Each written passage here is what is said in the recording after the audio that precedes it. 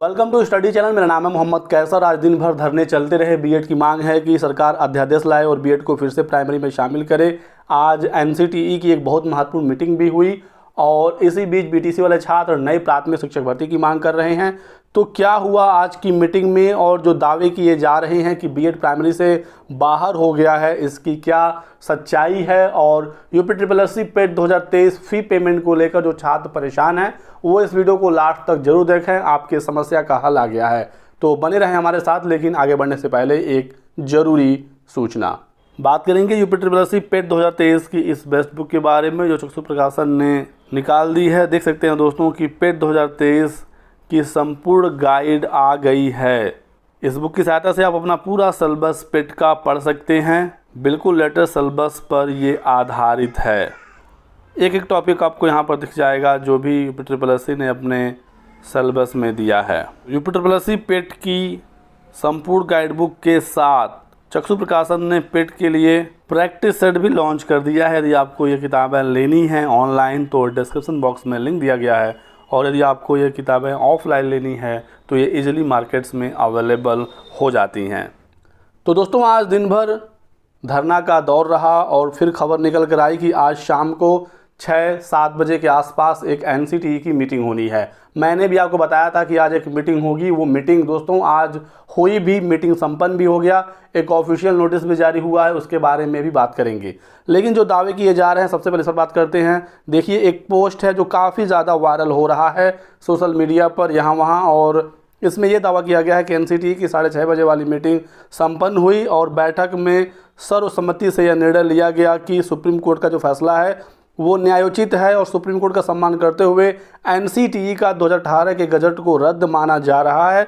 2018 के बाद जो भी बीएड किए हुए छात्र हैं उनका सीटेट का सर्टिफिकेट पेपर 1 का रद्द माना जाएगा। और इसी के साथ आप देख सकते हैं कि जल्द ही एक नई अधिसूचना जारी होगी एनसीटीई की और प्राथमिक में सिर्फ डीएलएड ही रहेगा, ये दावा किया। और इसके अलावा भी कुछ बड़े दावे किए गए हैं। आप यहाँ पर देख सकते हैं पूरा डिटेल में से बताया गया है चीज़ें कि सुप्रीम कोर्ट का फैसला सर्वसम्मति से मान लिया गया है, लेकिन 11 अगस्त 2023 के बाद से ये लागू होगा, ना कि इसके पहले से। यानी कि 2018 के बाद जिन्होंने बीएड किया हुआ है और यदि वो नियुक्त हो गए हैं तो वो लोग नौकरी कर सकेंगे, उन पर कोई खतरा नहीं है। लेकिन आप देखेंगे बताया गया है कि एनसीटीई का गजट नोटिफिकेशन 28 जून 2023 का अपूर्ण रूप से रद्द मान लिया गया है और 11 अगस्त 2023 से पूरे भारत में बीएड प्राइमरी से बाहर हो गया। बीटीसी बीएड विवाद अब पूरी तरीके से समाप्त हो गया। भारत सरकार के शिक्षा मंत्रालय एवं एनसीटीई की बैठक से निष्पक्ष बातें सामने निकल कर आई हैं और पूर्व में जो बहाल शिक्षक हैं उन पर कोई प्रभाव नहीं पड़ेगा, क्योंकि 10 अगस्त 2023 तक ये गजट भारत में मान्य था। 11 अगस्त के बाद इसे रद्द किया गया है। तो ये अपडेट आप देख सकते हैं, बहुत ही ज़्यादा ये वायरल हो रहा है। दोस्तों ऐसी अभी हमारे पास कोई सूचना नहीं पहुंची है जिससे ये पता चल सके कि एनसीटीई ने अपने 28 जून 2018 के गजट को रद्द मान लिया है और सुप्रीम कोर्ट के फैसले को सर्वसम्मति से मान लिया गया है शिक्षा मंत्रालय और एनसीटीई के द्वारा। तो इसको लेकर वेट करना पड़ेगा।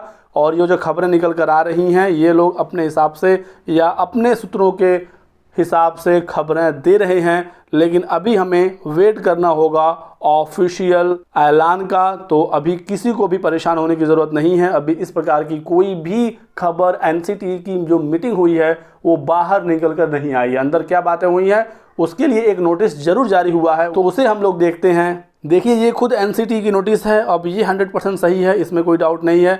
डेट आप देख पाएंगे 17 अगस्त आज का है। यहाँ पर दोस्तों आज एक मामला था आंध्र प्रदेश का कोई कॉलेज का, उसके संबंध में यहाँ पर एनसीटीई ने विचार विमर्श किया है और ये सारी चीज़ें इसके संबंध में यहाँ पर बताई गई हैं। आज का डेट भी आप यहाँ पर देख सकते हैं। तो इस मुद्दे पर तो आज एनसीटीई में वार्ता हुई है, ये तो 100% है। एनसीटीई की आज मीटिंग भी हुई है, ये भी क्लियर है।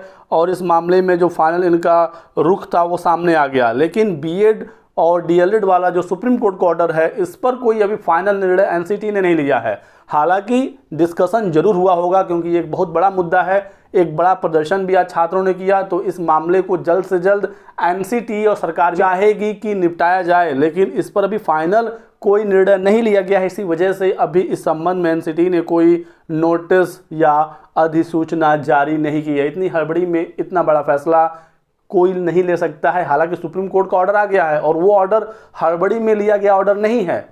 पूरी अच्छी खासी सुनवाई हुई है, 8 महीने के बाद ऑर्डर को सुनाया गया, तो सुप्रीम कोर्ट ने तो अपना फैसला दे दिया, फाइनल उनका जजमेंट आ गया और सबको सुनने के बाद ही सुप्रीम कोर्ट ने अपना फैसला दिया है। बीएड को पूरी तरीके से सुना गया, सबको पक्ष रखने का मौका मिला, डीएलएड को सुना गया, तमाम राज्यों से जवाब मांगे गए थे। तो सुप्रीम कोर्ट का तो क्लियर है कि बीएड प्राइमरी से बाहर है, लेकिन एनसीटीई के रुख का अभी भी इंतजार करना होगा। अब बात करते हैं पेट 2023 के छात्रों की, जो लोग फी पेमेंट को लेकर परेशान हैं। यदि आपका रजिस्ट्रेशन हो गया है, फोटो साइन अपलोड हो गया है और आपने रिमेनिंग डिटेल्स को फिल कर लिया है, अब आपको सिर्फ फी पेमेंट करना है, तो इसके लिए आपको यहाँ पर क्लिक करना है। सिंपली आपको यहाँ पर क्लिक करना है, अपने डिटेल्स को फिल करना है और आपको अपने फ़ी का पेमेंट कर देना है। यहाँ पर आपको ध्यान रखना है कि एक रजिस्ट्रेशन पर एक बार से अधिक फ़ी पेमेंट आपको नहीं करनी है। यदि आपने एक बार फ़ी पेमेंट किया, वो आपका सक्सेसफुल हो गया, आपने फॉर्म सबमिट कर दिया, तब तो कोई टेंशन नहीं है। लेकिन मान लीजिए आपका पैसा कट गया और अभी भी फ़ी पेमेंट आपसे मांग रहा है, वो फ़ी पेमेंट आपके पेड के फॉर्म में शो नहीं कर रहा है, तो ऐसे में दोस्तों आपको दोबारा फ़ी पेमेंट नहीं करना है। आपको क्या करना है, यहाँ पर क्लिक करना है, update your fees payment detail bye double verification mode. ठीक है, आप यहाँ पर क्लिक करेंगे, अपने डिटेल्स को फिल करेंगे, इसके बाद आप अपने पेमेंट को वेरीफाई करेंगे। लॉगिन होने के बाद कुछ इस तरीके का पेज आएगा, आपका यहाँ पर फ़ी दिखाएगा, नाम वगैरह आपका आएगा, रजिस्ट्रेशन नंबर आएगा। आपको पेज को इधर स्क्रॉल करना है, यहाँ पर वेरीफाइड ट्रांजैक्शन आईडी आएगा, इस पर आपको क्लिक करना है। फिर इस तरीके का पेज आएगा, आपको वेरीफाइड ट्रांजैक्शन डिटेल पर क्लिक करना है और दोस्तों फाइनली आपके सामने इस तरीके का पेज आ जाएगा, जहाँ पर आपके सभी डिटेल्स हो जाएंगे और फिर आप proceed to download and print the application form पर क्लिक करके अपने फॉर्म को फाइनली सबमिट करके अपना एप्लीकेशन डाउनलोड कर लेंगे। लेकिन दोस्तों यदि यहाँ पर भी आपको समस्या आ रही है, लॉगिन होने के बाद आपका ट्रांजैक्शन वेरीफाई नहीं हो रहा है, तो इस कंडीशन में आपको करना क्या है, आपको दोबारा फ़ी पेमेंट नहीं करना है, बल्कि खुद वेबसाइट पर इंस्ट्रक्शन है, आपको परेशान ना होते हुए धैर्य दिखाना है। और यहाँ पर बताया गया कि यदि आपने शुल्क जमा कर दिया है और पेमेंट डिटेल को अपडेट नहीं कर पा रहे हैं, तो आपको 1 से 2 दिन का इंतज़ार करना पड़ सकता है, जब तक कि बैंक के सर्वर से पेमेंट डिटेल्स को अपडेट ना कर लिया जाए। इसके बाद आप अपना रजिस्ट्रेशन नंबर और जन्म तिथि, जेंडर वगैरह डालकर यहाँ पर फिल करके अपने पेमेंट डिटेल को अपडेट कर सकते हैं, फिर आपका फॉर्म सबमिट हो जाएगा।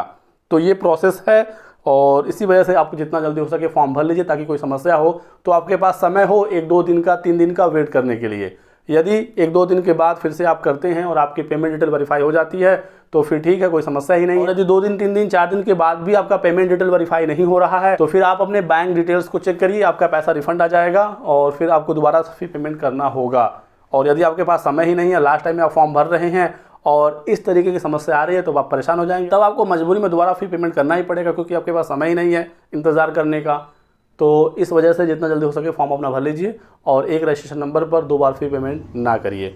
ये रहा आज की वीडियो में कुछ महत्वपूर्ण अपडेट। वीडियो को लाइक कर दें, चैनल को सब्सक्राइब करके बेल आइकन दबा लीजिए, ताकि आपको सारी जानकारियाँ मिलती रहे। Thanks for watching.